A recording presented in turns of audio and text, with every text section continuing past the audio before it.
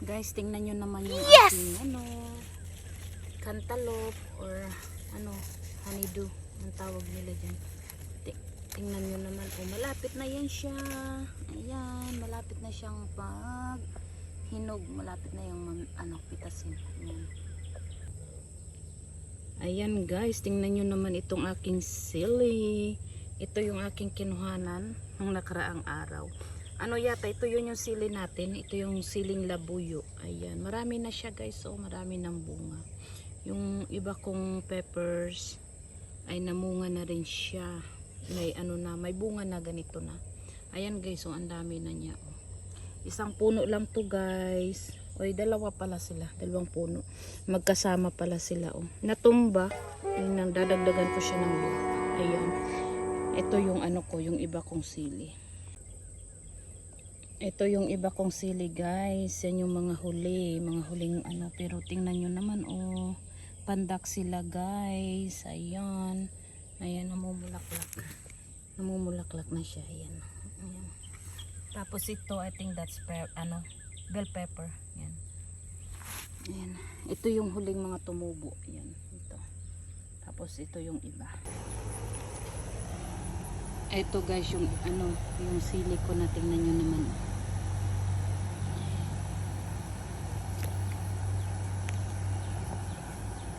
Ayan guys. Wow. Ayan, kahit hindi siya matangkad guys, pero ayan, nakakatuwa. Kasi namumunga na, namumulaklak na ito. Ayan. Ayan guys, masaya na sila. Dahil naalagaan na sila guys sa pagdilig. Nung mga nakaraang araw kasi, yung dilig-dilig lang kasi, pag inutusan ko yung babae ko, parang tama lang niyang basain. So yung pag nakita ko kinabukasan, parang tuyot yung halaman. Ayan. Kaya nangyari, ngayon, minake sure ko talaga si lalaki ko na talagang basain niya yung lupa dahil sa sobrang init guys. Matutuyo talaga sila. Ayan guys. Ayan. Ayan guys, nakakatuwa lang ngayon. Tapos yung aking ang ginagawa ko dyan guys, tawag dito. Tinatanggal ko yung mga dahon na kung saan aking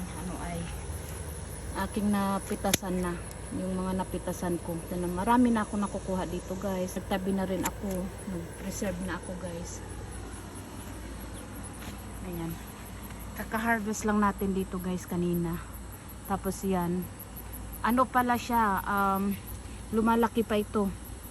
Lumalaki pa siya guys. Malaki yung bunga niya. Ito kakampisan niya lang. So mga 2 days siya guys. Laki-laki niya. Kaya